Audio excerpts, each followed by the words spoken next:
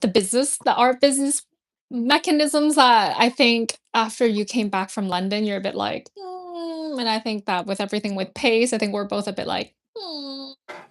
Pace, the pace of it all, the pace of it all. Yeah, what do you want to talk? Well, you talk because you're the one who's had the viral videos lately. Oh, yes. Um, I think that I'm actually surprised by how many people are talking about this pace thing. I thought it was going to be like, we're going to talk about it and then we're moving on from it. Yeah. Um, I was wrong. It just seems to be like a cascade. And I was just like, but we knew that these models don't work. Like, Yeah. not now. Like, Yeah. certainly, I don't think that it would make sense for where we are currently in the economic climate, the volume of artists that are getting their degrees from art schools coming out. Like, how is that realistic that we're still using the same model from like 50 years ago? No, I mean, like, it's also like you read Tim's thing on it, Tim Yeah. Schneider of the Gray Yeah. Market, for anybody who's watching who don't know who you read. I mean, I wonder what responsibility, the journalists have in regards to communicating this information, because when Tim breaks it down about, like, these are all of the failed ventures they've had in the last 10 years, which were a lot of money put in and no money gotten back, this insane portfolio of real estate, plus, hundreds of artists and hundreds of employees, like, yeah, you're going to have to scale back. Like, but nobody's talking about that. They're just talking about the art market and the art world and, like, what's happening in terms of, like, whatever. But it's like these are bad. They've been making some bad business decisions, and, like, it seems pretty clear when, like, Tim is like, here it is. He seems to be the only one who's having, like, a regular conversation about this. So many people are just like, so what does it mean for everybody else? And I feel like there is something. What is it about the art world that, like, when one thing happens, it has to mean something for the entire market? Yeah, I wonder whether it's because of like the stature of pace that they think it's gonna be like a But they ripple have the effect or same kind something. of Like I don't know. I don't know. I know. But I feel like they have the same kind of combos with Blum, and when, Marianne Goodman and Almeen Rec, like, and like all of it's like every time a gallery closes, they're like, the market's terrible. This is what, it's all about, like, this external thing.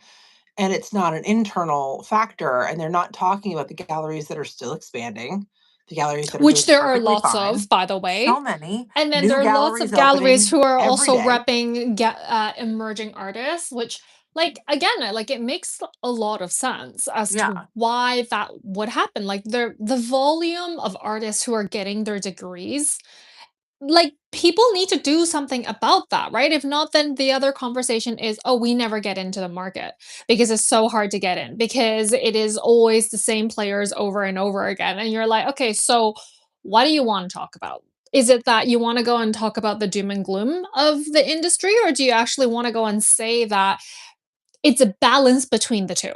Yeah. That maybe we need to go and recognize that there are other opportunities that present themselves in a way that isn't only about like the market's contracting or that it's about um bad business decisions. Like how do we actually have a much more now conversation about it? Yeah. I mean, I think that, like, yeah, I mean, I guess I don't really understand what, like, emerging artists coming out of art school has to do with pace. I don't think I'm seeing Oh, the I don't through think, line yeah, there. I don't think that's where it is. But I think that because Oh. people talk about it as like one thing, right? People talk about it like as a thing. It's, I was like, wait, I was like, I'm missing something, but I'm not missing something. Okay, you're no, not I missing now I something. see what you're saying.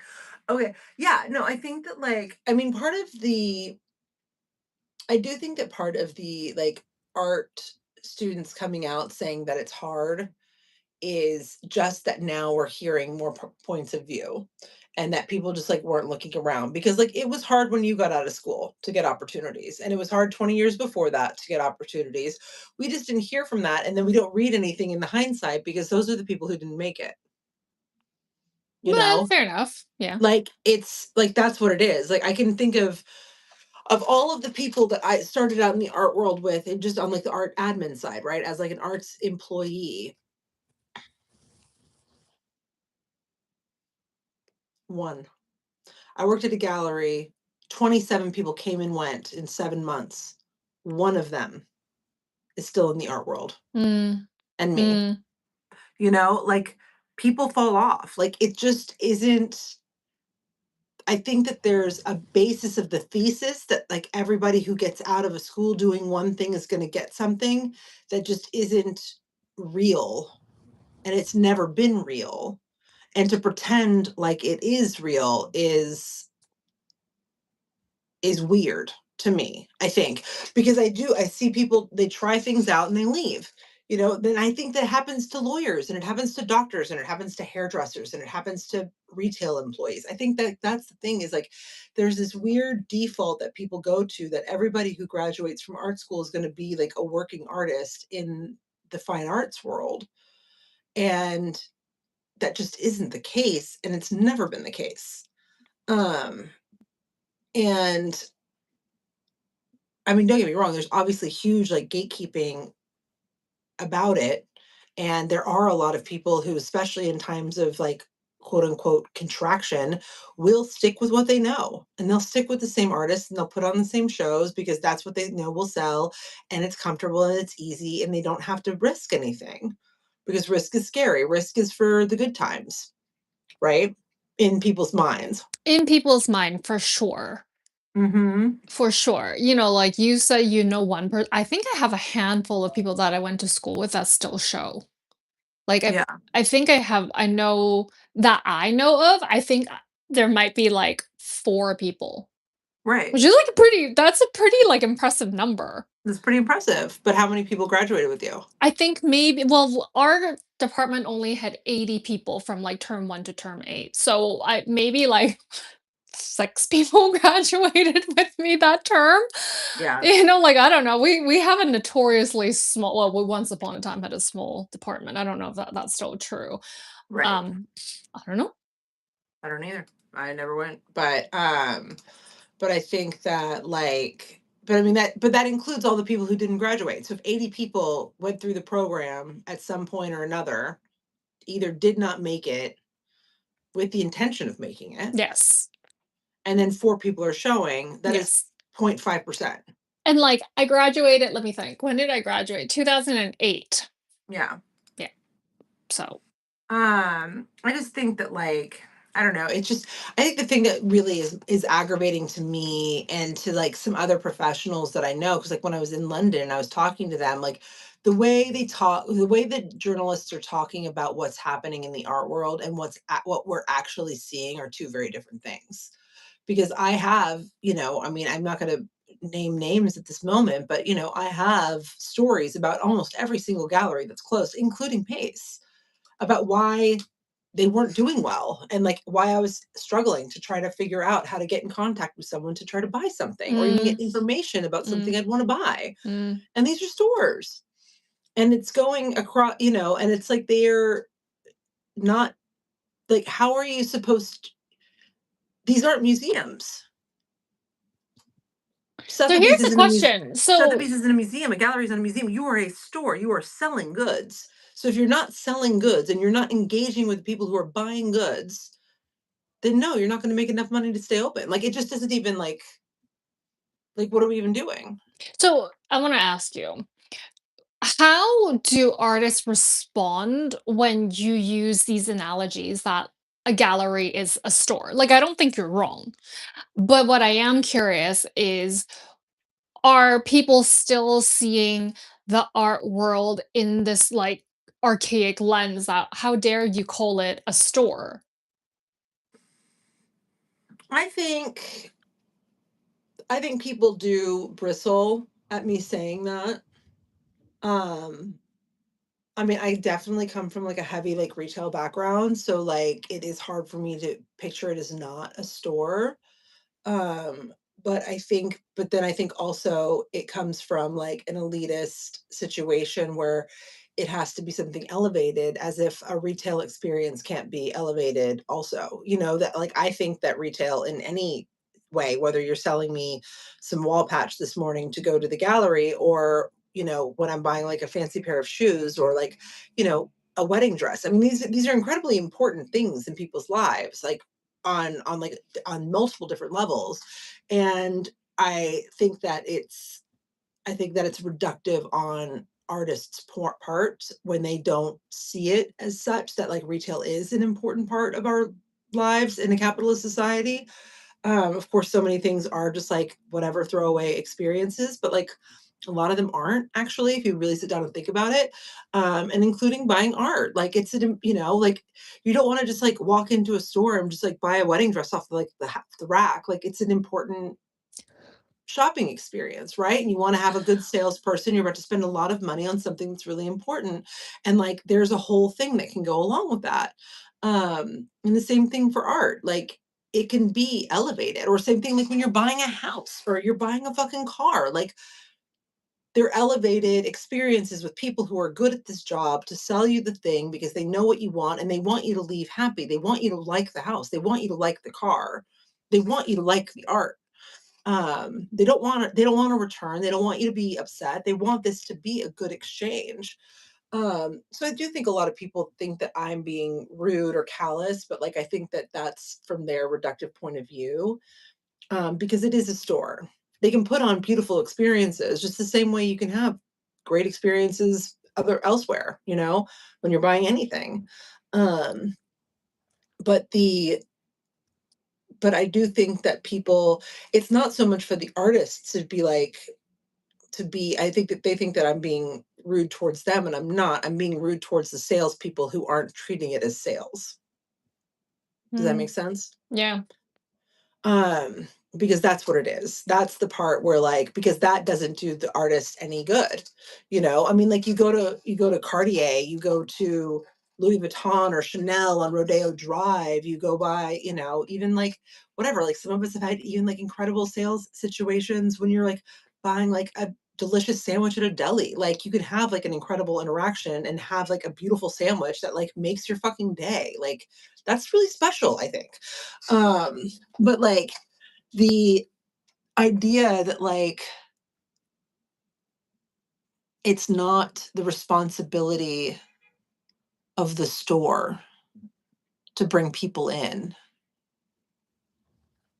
is where Yeah, I there's guess, something about yeah. like it's like they're passing the buck. Like it's either on the artist or on the market, but it's never on the store. It's not on Sotheby's, it's not on Gagosian, it's not on Pace, it's not on Blum for not bringing people in.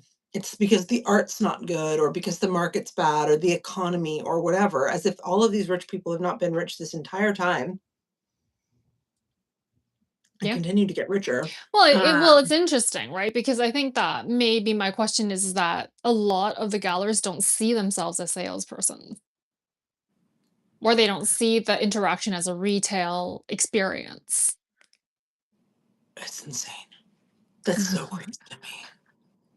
That's so crazy to me. It's so crazy to me to operate a business and not know where you are in the ecosystem. But like, how do you think you're making money?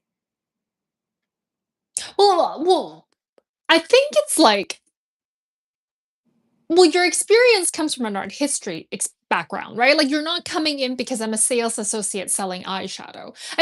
Like I'm trying to understand the logic, right? I'm not saying I'm just trying to understand like why there is a differentiation between how people view this role, which is to, get new collectors, maybe, which is a very different skill set than maintaining Yeah, existing, right? Like these are business different development. skill sets in retail. And so some people are very good at maintaining those relationships, but they're not good at bringing in new people because that's a different skill that you need to have. And I think that, if most of us are coming from this sort of like either making background or we're coming from an art history background, like that's not what you're trained to do. You're trained to understand art history and not necessarily to go and see how this art history, then therefore I'm in a retail experience to get you to be interested to make a purchase. Like I don't know if that's why the system is so. Oh, I mean, I do think that is huge. I do think that like they do hire people who are like PhDs in 19th century French printmaking to be the front desk at, you know, Negotiate Marion or like Goodman. Yeah. any gallery, yeah. And it's like, yeah, like they don't have a one-to-one. And I did sell eyeshadow at Nordstrom, like I do have that history of me. And like I do think that that's like a huge problem, is that they are coming in thinking that the relevant skills Not sales, being no. able Yeah, being able to, like, yeah, like talk about the references in, a painting, and if it's chiaroscuro that's reminiscent of a Renaissance whatever, as opposed to like, but like that doesn't tell you how to talk to somebody, or be engaged, or follow up, or do business development. Um and people don't know. And that's across everything. And like everybody has to do business development, because this is again back to the capitalism of it all, but like lawyers have to. Like I watch the lawyers at the firm that I work at. They've got to get new clients, and they've got to figure out how to meet them, and where to meet them, and how to get that, make those meetings and do that kind of stuff. And it's work. It's real work. But like the payoff is you get a client, and that's how you get paid. And it's part of the reason that, like, when it's come to me in the past, where someone's like, let's open a gallery together, and I say, no, I don't want to. Like, that sounds, I know how much work that is. And I don't want to do sales. I can do sales, don't get me wrong, but I don't want to. It's a lot of work. The yeah. people I know who are good at it, or it's every breakfast, every lunch, every coffee, they're meeting people, meeting people, meeting people, putting themselves out there, and they're so good at it. But it's a tremendous amount of work. Yeah. No, I agree. But I am trying to go and understand maybe like where the discrepancy, maybe that's a good word, to like Hmm. why this keeps happening because I also see this with artists as well, right? Artists also feel like, well, I don't want to sell. Yes. I'm leaving this to somebody else to go and do it. But then the people who are they're leaving it to, the AKA the gallerists, they also don't necessarily understand that, there's a whole series of opportunities that now needs to be created. Rather Exactly. than, like, I think the model back in the day, like in the '70s, was just like lesser. I think that Yeah. there were less artists, there was more people interested in understanding things. Um, and now it's like because there's just so much happening in the world, like trying to go and get people's attention is very, very difficult. Because how are you gonna Yeah. hold someone's attention? Well, I do think that, the globalization of the world, is hard for all environments. I don't think that this is exclusive to the artists either. I think that it's harder for book publishing, and it's harder for Hollywood, and it's harder for, you know, a lot of people to try to figure out how to compete in the global marketplace.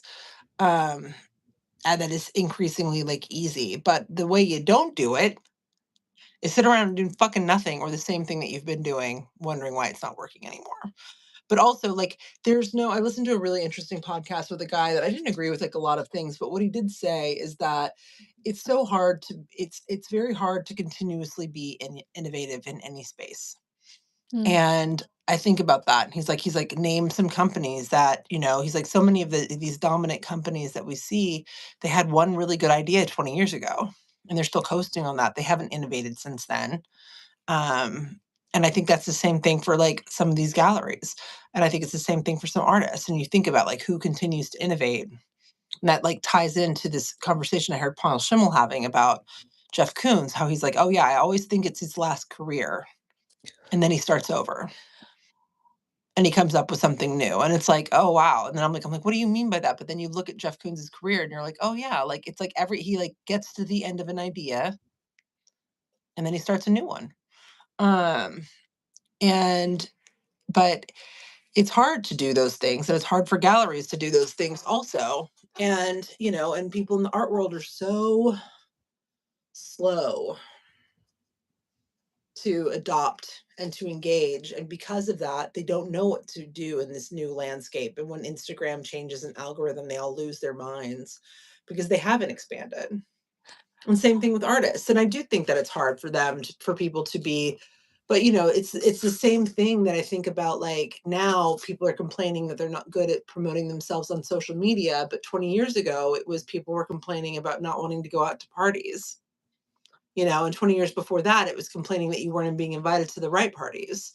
And 20 years before that, it was like, you weren't at the right country club, or you weren't at the right institution, because you weren't from the right school, like there's always going to be an impediment and it just changes. And like right now, luckily, like you and I are, we're good at the digital stuff. So like we're having kind of a strength there. Um, and then I mean, also you're though, much better at it than me. Like, I would say that you're much more natural at it than me. I think that's because I have so much experience on it and I like low key don't give a fuck anymore about what happens on the internet. You know what I mean? Like I don't take any of this seriously as permanent because so much of it's gone and like you just can't find anything anymore and like so many things that I've done are just like lost for the ages. Like I go to websites, like links that I have of things I've written and things I've done, gone. Can't Mm, find them. They're gone forever. Um and like there's so many sites that I used to post on actively 5, 10, 15 times a day because I was like loved it and I was on there all the time. I don't even think about them anymore. You know?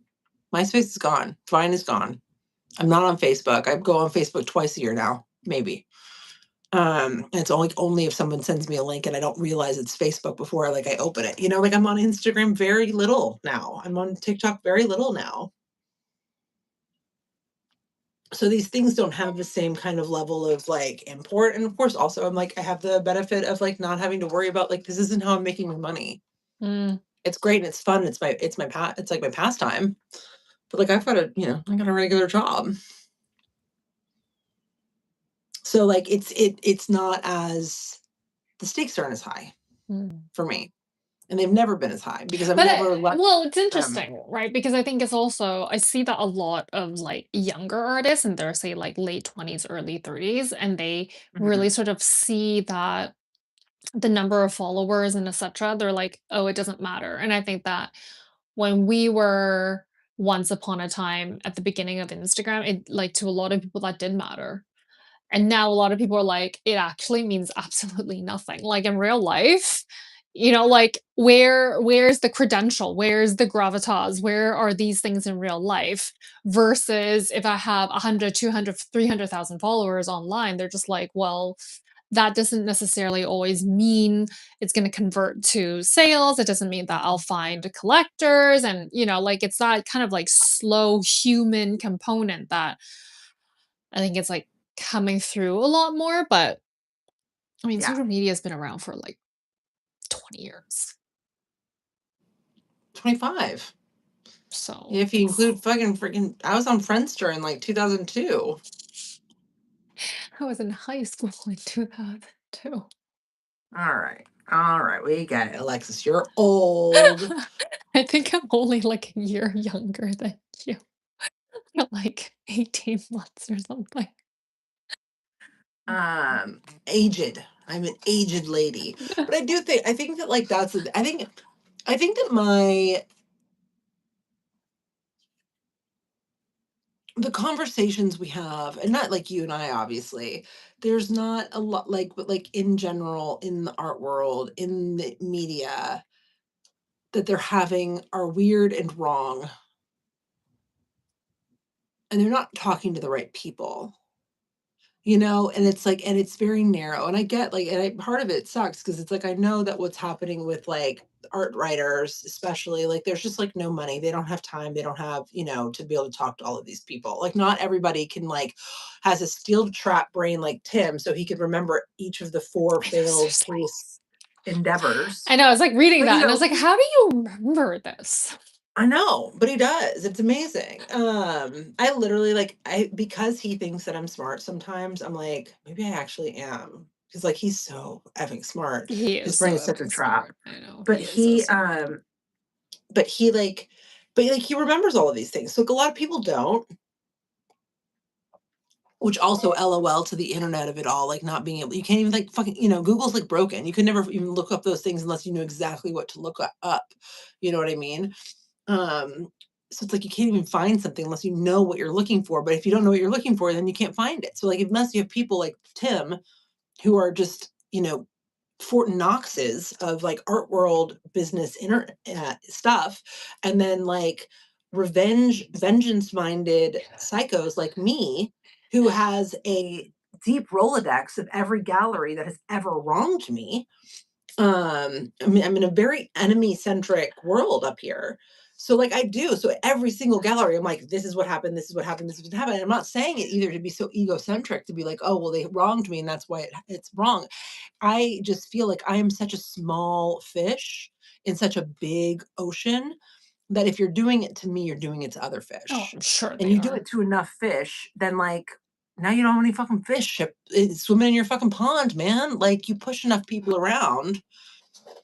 I'm like, this is just, it's like the same way, but like, you go into a store, like you want to buy some jeans and you walk in and the people are mean to you. You're kind of like, I don't want to buy jeans here. There's another store down the street. I think that's the other part too, is the art galleries don't realize is like how much, and I've tried to explain it to even like the big ones. I've had conversations with people at Hauser and at some of the bigger galleries, or I'm like, if you don't sell this to this person now, they will just go shop somewhere else. Mm. They're not loyal anymore. And maybe that was a change, or they don't have to be loyal because it's not like they can only shop at the galleries around the corner because that's what's available to them. People are traveling more and people are getting more, it's easier to send images than it was 15 years ago. When you'd have to send a Sotheby's catalog that was this big, weighed fucking 4 pounds each to like all of your people. Now people have an app. So You it's like know, if you're not doing like something to engage with them, they'll just buy it from somebody else. and I think maybe times have changed and people don't recognize that. I remember this was like maybe circa 2020, no, 2014, maybe. I knew this dealer and his client was shopping for an Egon Schiele. Mhm. And he had called like all these places. I think because at the time I was in Hong Kong, but I think he just like called whoever who might have an Egon Schiele. And they were like, "Well, what's your budget? Like, how much are you willing to pay?" And he said, "1,000,000." And they like laughed at him. Like they literally was like, "You will not find a Chile for $1,000,000," like in 2014. Mhm. And so basically nobody was willing to go and help them because the budget was so small. Right? Yeah. And I think this is like basically like this is the type of conversation that we're having like, 10, 12 years later is that I think you're so used to being treated in a very specific way where maybe I don't know, like maybe you are able to go and find a Chile for $1,000,000 in 2014. I don't know. Well, what's interesting about that is that like what here's and this is where the business development part of their brains are fucking broken because they're like, oh, you don't have it's going to be three, so you're not going to get anything, which isn't true. You can get like a drawing. I mean, it's not going to be Oh, what I'm they want, but sure. you can get a drawing for under 1 million. But the like, okay, this is somebody with real money who's interested in real art, and maybe you can't give them a Chile, but like maybe you can get them something else. Maybe you can see what else might be of interest. Maybe this is someone you can follow up and be like, hey, I don't have anything for under 1 million right now. I will, of course, you'll be the first one to know anything comes up. But in the meantime, I've got X, Y, and Z, and I'd love to see you at dinner on Wednesday. Hear more about your collection, talk to more about your clients. You know what I mean? Like, it's like, that's a business development, but, like, no, they left him just, like, they laughed him out of the room, I and think now, like like every gallery he called. I remember like having this conversation. I was just like, it's like, okay. but I mean, like, this is the part that, like, drives me as a salesperson, like, out of out of my mind because 'cause I'm like, "Okay," like, yeah, like, so you don't have the $1,000,000 Chile. This is somebody who wants to spend $1,000,000 on art. There's something else. This is a relationship worth starting. And then they're not gonna wanna shop with you. The dealer is gonna have other clients that have other things. But you just They just cut it off at the pass, Yep. and it's crazy. It's actually crazy to me. I don't understand it. I don't know if I'll ever understand it. But wasn't that so common in, like, that Yeah, era? You know, and and I it's think still happening. and it's still happening, right? I think that people get Yeah, into these habits and they think like, I'm only going to speak to you if you're purchasing at, like, X tier." right. And, like, $1,000,000 is not no money, by the way. Like, even circa No, 2014, like, that's still money. Like, real USD, like, I'm money, not talking. You know what I mean? Like, that's, like, legit money. real So, money. I think people, like, don't recognize the fact that just because you want this one thing and you think that that can't happen, but it was just like, okay, but what if it was like a smaller? What if it was just like not Right. known? What if it like, you know what I mean? It's just like, can we not have a different conversation? And I remember like he was like, nope, they don't want to talk to me. I was just like, Yeah, oh, okay. I was just like, okay. yeah. But it's crazy. But like that's the thing though, and those same people are now going to be like, nobody's shopping. No one's shopping. No one's coming. The market's dead. Nobody wants to shop with me. And it's like, yeah, nobody wants to shop with you.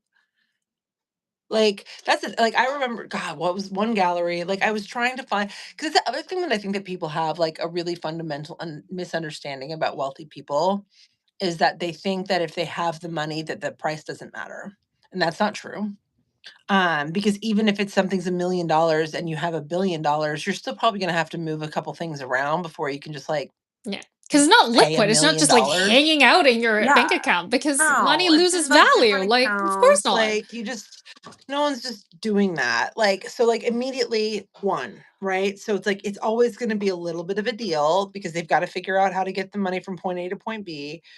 And but also that like just because you have $1,000,000,000 and you want a Chile. So even so this is the best part too. So it's like say you wanted the Chile and you got $1,000,000,000, so like money is really not an issue. Because what's the difference between 2,000,000 and $10,000,000, right? Or even $50,000,000. You got 5,000,000,000, whatever. Um, or maybe not Chile, because that's like too historically like significant. But say it's like a Danielle McKinney, right? Super hot painter right now. She's at Boski in New York, a beautiful show. Everyone's losing their mind. I don't think her stuff is crossed into the high six figures yet, but I could be wrong. I haven't looked at the prices in a while because I'm not shopping with anybody who is interested in her work at the moment. But hey, guys, if you want to buy one, hit me up. I'm in at Boski. But if so, say you're going to spend, I'm just like literally just like throwing out a number, like, mid six figures. So financially, this is not gonna be, like, significant, but you still wanna get the one that you want. Of course. Like, that's the part where I think that people don't understand, where it's like, just take whatever you can get because 'cause you're so desperate to have one, you're just gonna get one. And, like, yeah, there's some people who will take what they can get because they want something so bad that, like, they wanna say they've got the Daniel McKinney in their collection, and they'll take it doesn't matter what it is. But most people even they're gonna wanna know, and they'll be like, "Ah, I like this, but I don't know if I like this at the top end of her range of prices like it. I like it at the bottom range," you know? Like, I 250 like this. I don't know if I 650 like this. And, like, that's normal. That's normal. Like, the same way that you can be at a grocery store being like, "Oh, you know what? Like, I wanna get a coffee." And it's like, "Oh, do I want a 7.50 coffee, though? Is this gonna be a 7.50 coffee day, or is this gonna be like a $3 coffee day, or is this gonna be like I'm just gonna make coffee at home?" Like, there's always this math going on. And I think that like, because that's the part where it's like when people are like, I ask for prices sometimes from people and they'll push back and they'll be like, well, are they interested? What's their budget? I'm like, the budget changes because they like an artist for 20, they like an artist for 800. Like it depends. I don't know what their budget is for this artist in particular because we haven't discussed it yet. But it might be somewhere in the middle. So just tell me what the price is so I know if I when I give it to them, they'll be like, "Oh yeah, no, I'm not interested in that for 400, but they would have been interested in it for, 200." I don't I know. think that it's the value that has to get signaled, right? It was like I put Mhm. this content out yesterday talking about advisors, like which is what you do. Yeah. And advisors have to do a lot of stuff in between. Like as an intermediary, like you're filtering a lot based on what you are making some educated guesses on what this person could be interested in. But Yeah. even that, it's like the could be interested is a big spectrum. It's exactly what you're saying that Huge. like if this is a new artist, and it doesn't matter if it's a new artist that they haven't heard of or just a new artist full stop, like they don't Uh-huh. know what that value is to them yet, right? Because they now have to Right. go and figure out, well, what's your market?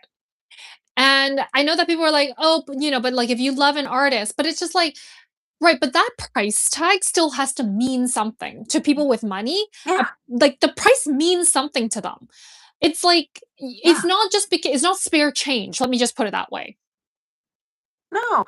I mean, sometimes for some of them, It it is, but they is. It's still I call want it the their fancy value promotion though. money. But like I you know who loves chocolate cake? This girl. I love chocolate cake more than almost any dessert in the entire world. I'll eat chocolate cake any time of day. But if you put on the menu a chocolate cake slice, it's $26. I don't know, man. I gotta be really in the mood and I gotta be feeling a little flush, you know? That's And a it's not really because I don't love chocolate expensive cake. that is a very expensive I slice of know. chocolate cake. But I you know hope what I that mean? chocolate cake is There are large. also there are some days when I would buy that $26 slice of cake Sure. because I had a really good sale and I'm Sure. feeling really good, or it's a celebration, or it's a gift, or it's a party, or it's I'm stoned. I don't know. Why am I so hungry? Nobody will ever know. Nobody will ever know. But you know what I mean? Like, it's just, you can't know until, and there's also, especially, which is the craziest part too, is it's like if nobody knows the prices of anything, then nobody knows the prices of anything. And nobody knows the prices of anything because, like, the only prices we have to go off of are these, like, crazy emotional, um, auctions, because those are the only things that are pretty public. Yeah. So it's like, but that's not indicative of that's rarely indicative of, like, an actual primary market or even secondary market, you know? Well, yeah, because prices aren't public, right? Like you have to ask for it, and then you ba- basically get laughed at, as we've Yeah, just said, right? Like it doesn't matter what your budget is, and understanding that like this is why business models don't work from 50 yeah, years ago. It's because like people don't spend the same way, the behaviors aren't the same. And yet, I'm sure you must be getting a whole ton of previews, or like the previews now have stopped because Basel's going to open. wow. And So many y- and people still operate exactly the same way, knowing fair and well that the world has moved into a different direction. And yet some of the mechanics just aren't being updated, but they're just like, "Well, why? Why are you still doing this?" And you're just like, "Because that's not how people are shopping anymore. That's not how Mm-mm. people are looking for what value means. Value doesn't necessarily mean a picture hung on a wall. That doesn't see, I don't know, like growth in investment, right? Like I think that money is so different now. It's the appreciation, the definition of appreciation should also be different.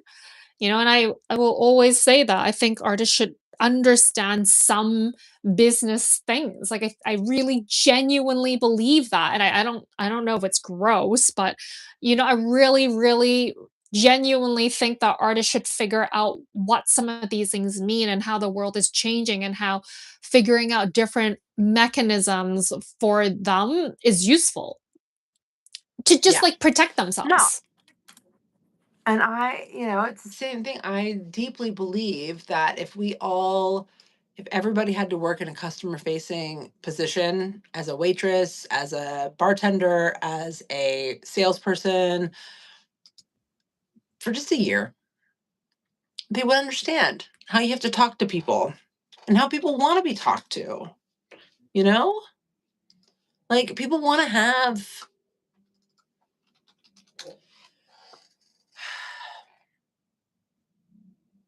they want it, and the artists want it too. Like that's the other part too. It's like, does the artist know that you're withholding the prices, withholding sales? I don't I don't think I they don't do. I don't know. I don't think they do. But the thing is that you don't even need to be in customer service to talk to other human beings. Like, you work in a firm, you have to interface with other human beings and figure out how to go and speak to them. You Yeah, know, but there's a difference when you're there is a in. difference, but still, like, you need to find a way in to talk about things. Like, I have to go and deal with a lot of people that I have to go and say things in a way that may or may not make sense to them. Yeah. Um, but I do think that pretending like we're not selling stuff, because even in a museum, like, you're selling an experience, you're selling knowledge, you're selling education, selling, you're doing something, there is an exchange happening. And that's crass. It's not like the most eloquent or romantic way of looking at it, but it is happening. Like, you're asking for something and you're giving something. And I think that's the interesting thing about that museums have over galleries is, like, they really do have to treat their donors and their communities as, like, growing and ongoing things, that they're not static, because you can't just throw the same event every month and expect everybody to show up. You can't just put the same show on every 6 months and expect the same people to show up. You have to, you want to have a bigger audience, you want to attract new exciting donors who wanna, like, invest in your program. You have to keep innovating. And also, at the same time, also we know the declining numbers of museum goers because I know the museum goers are going up. It's they were crazy. We have the most museum goers. yeah, so it went I down mean, for we years and can't. years and years, and then it went back up, and they were just Yeah. like, oh, that's weird. Well, you can't talk about what happened in COVID, like, but they've been going up for years besides COVID stuff. What'd you get? No? I don't know. What was It's been sitting received? here. Let's see what I got. Oh, a robe. Ow. My Uh, legs are, like, so restless today. What's up with that? Do you get Do you have restless a legs? did you well, I am also sat on a Pilates chair, so I just push down on Smart. it and I just like work I out. don't, Did you have a lot of caffeine? I need to get. No, Hmm. but I did a lot of physical work this morning because we were Deinstalling the taking the show show. down and I was patching the walls. Yeah. Mm, okay.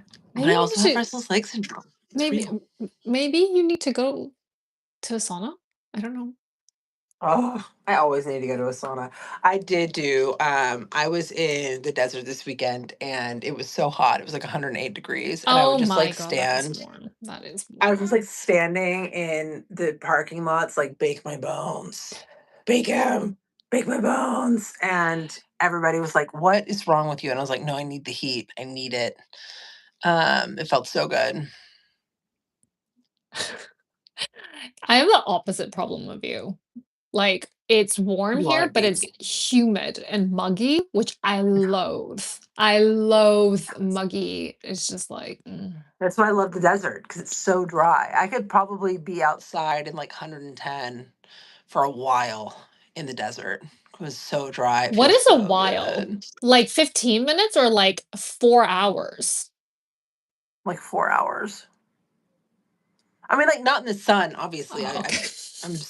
I'm so white. I'll crisp up so fast. But, like, no, but, like, I could be in the shade with, like, a hat on and, like, sunscreen for hours easily. Yeah. I crave the heat. I crave it. Well, I guess you're in the right Um, place in LA then. I am. Well, also, I'm like generationally Texan. Like, but I don't like the humidity. That's what we had in Austin and outside of Houston, where my mom's from. Amarillo is pretty dry, where my dad's from, but yeah. I like the heat. I mean, the summer before I moved to Santa Barbara's like cold for me. San Francisco was too cold. That's why I didn't move Mm, there after mm, college. mm, mm. Too cold, even in the summer. Well, yes, because it's in the coldest month in San Francisco, July. Yeah, no, like literally is. But it's so funny too, because like at the time, and this is also like how like things change and things like move. Everything's like organic and everything's like ebbing and flowing. When I graduated, San Francisco was much more of an art spot than LA was. Like I would have had, like there were more galleries up in LA that are in San Francisco. There was more institutions that were like, seriously considered. LA was kind of just like a throwaway like Yeah, town. yeah. But I moved here because it was warmer. Genius. Wow. I did not move for climate once in my entire life. I just moved for schools and opportunities. That was it. The move to Art Center was climate nice. I will say, however, I lived in this flat that like I had an air conditioner, so that was a plus. But it was only cool if Huge. I stood right in front of it. Yeah, yeah. Yeah. No, that'll be if it's not a good one, yeah, you're only But I did have one. I think at it made me feel better. I did have one. I don't think I got an air conditioning until like 2016. I was really just raw dogging it for years and years. Yeah, I don't. I think no, that's not true. So I had an air conditioner there that didn't work so well, but it was there. And it would be baking in the desert sun in this like non-insulated building because obviously it's Yeah, of LA. Um, and then course. obviously I don't need to have an air conditioner in London. And then naturally I would have one in Hong Kong because who doesn't have air conditioning in Hong Kong? Like that would be mental. That would be That would be mental. mental. So I did have one and it worked. As a matter of fact, I think the flat had three, and one in every single room because, that's just normal in Hong Kong. And then I didn't have one in the Mediterranean because I lived in this like post-war building that had like I swear to God, like it was like this thick of just like stone. And people were just Yeah, like, why do you wear so much clothes? And I was like, because I live in a stone building and it's like quite cold it inside. was freezing, freezing inside. And I would wear so much clothes in like the dead of summer, and they're just like, "Are you not warm?" And I was like, "If you sit in my flat, you would realize why." You'd realize that's how the my office is. It's so cold up here that like in the dead of summer, I will be in like Well, my this is coat, why every single time sweater, I space see heater. you, I'm just like, "How is she in a cardigan right now?" I'm like, I am sure it's like the dead of summer in LA. Yeah, it's like 97 degrees outside. No, no, no. I have to. I have two sweatshirts here. I always have to have like something because I'm getting cold now. Like my bones are getting cold. I'm getting Mm, creaky. I just need warmth. I need warmth. you need But on that note, acupuncture. I gotta run. I always need acupuncture. I need acupuncture. I need a sauna. I need probably a hot tub, Chocolate also just to cake, like float around in. apparently, I need chocolate chocolate cake. cake. Um, I'm so tacky. I'm like, oh yeah, let's compare buying a Danielle McKinney to buying a very expensive pieces of cake. But now I'm hungry. It's Me really just too. because it's lunchtime and I haven't eaten yet. Okay, I'll talk to you next Okay. time. Talk to you next time. Bye. Bye.